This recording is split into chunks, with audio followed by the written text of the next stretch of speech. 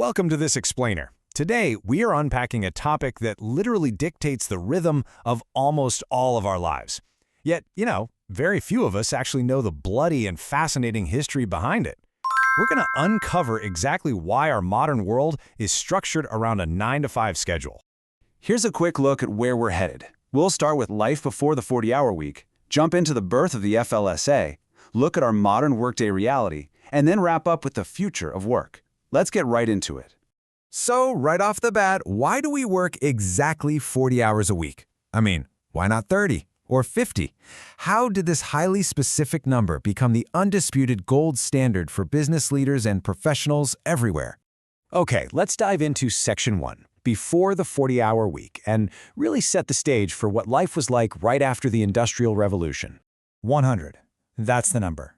The 9-to-5 wasn't just handed to us, it was fiercely fought for. Because in the 19th century, laborers were regularly working 80 to 100 hours a week. To put that into perspective, that is roughly 14 hours a day, 7 days a week. There was virtually zero time for rest, family, or personal health. It was absolutely brutal. But the pushback started building. In 1866, the National Labor Union petitioned Congress for an 8-hour workday. Now, it didn't pass, but the idea spread like wildfire. By 1869, President Ulysses S. Grant actually guaranteed 8-hour days for government workers. The private sector, though, well, that remained a total battleground. In 1886, a massive strike over an Illinois 8-hour law led to the tragic Haymarket riot in Chicago, where a bomb killed at least 12 people. Fast forward to 1926, and it was actually Henry Ford who instituted a massive corporate experiment. He gave his workers a 40-hour week, paying them $5 a day, all because he realized that, hey, shorter hours actually boosted productivity, loyalty, and pride.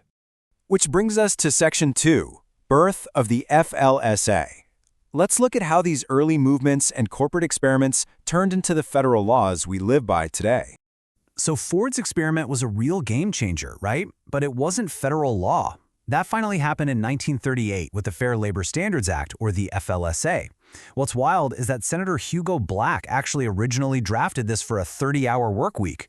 But after some fierce resistance, a revised version, championed by folks like Francis Perkins, established 4 massive pillars. We got a federal minimum wage, mandated time-and-a-half overtime pay for anything over 40 hours, strict child labor regulations, and mandatory record-keeping.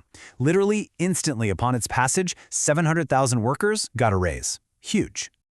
Now, you might be wondering, why do I sometimes work 50 or 60 hours at my office job and never see a single dime of that overtime?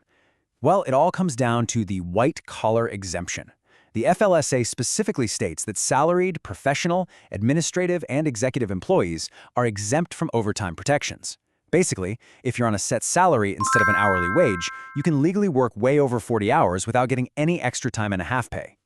Just to emphasize the monumental historical weight of this law, President Franklin D. Roosevelt proudly called it the most important piece of New Deal legislation since the Social Security Act of 1935. And actually, the FLSA was the absolute last major legislation of the entire New Deal era.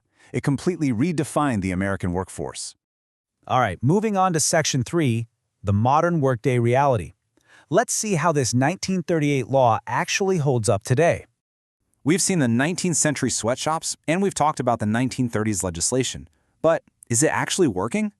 I mean, we have the 40-hour rule, sure, but does it make sense for us in an era of smartphones, instant messaging, and constant 24/7 connectivity?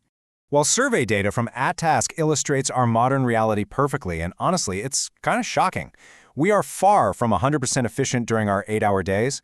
Employees are actually spending only 45% of their time on primary job duties. A massive 40% of the day is completely swallowed by meetings, administrative tasks, and random interruptions. Oh, and another 14% just managing email. We are clearly spending our 40 hours very, very differently than a 1920s factory worker did. So let's look at the pros and cons. On one hand, a strict 40-hour cap is undeniably healthier. Studies actively link overwork to an increase in mistakes and severe health issues, so it's a huge step up from 100 hours. But the modern cons? They are glaring. Unpaid overtime is rampant. Thanks to all our modern tech, Americans are working an average of 7 extra unpaid hours a week outside the office. The struggle to unplug is so real, in fact, that France actually passed a right to disconnect law, legally requiring large companies to establish off-limits email hours. This leads us right into Section 4. The future of work. How do we evolve beyond a schedule designed for an assembly line? Well, companies are currently experimenting with a few different alternative models. First up, flex time. This allows employees to customize their hours. It's fantastic for work-life balance and is currently offered by about 57% of employers, though, yeah, it definitely complicates scheduling. Then you have the compressed work week, which squeezes 40 hours into 4 10-hour days. You get a sweet 3-day weekend, but man, it can cause some serious physical and mental exhaustion. Finally, the 32-hour week. That's 4 standard 8-hour days. It really improves focused productivity, though it can be pretty tough to pull off in customer-facing industries where you basically just need to be available 5 days a week. Now, if you're sitting there thinking that working less means achieving less, let me leave you with this incredible piece of data. According to the OECD, countries with the highest average number of working hours are often the least productive. Case in point, Luxembourg. They stand as the most productive country in the data, and their average work week, just 29 hours. That definitively proves that working fewer hours can actually result in becoming a vastly more productive society. So I want to end with this thought, and I really want you to challenge yourself on this. What work structure would actually make you most productive? Does a standard established way back in 1938 still make sense for the way your brain works and how you live your life today? It's a fascinating question, and as the data shows, it's one we are actively renegotiating right now. Thank you so much for joining me on this explainer. Keep questioning the standards and keep learning.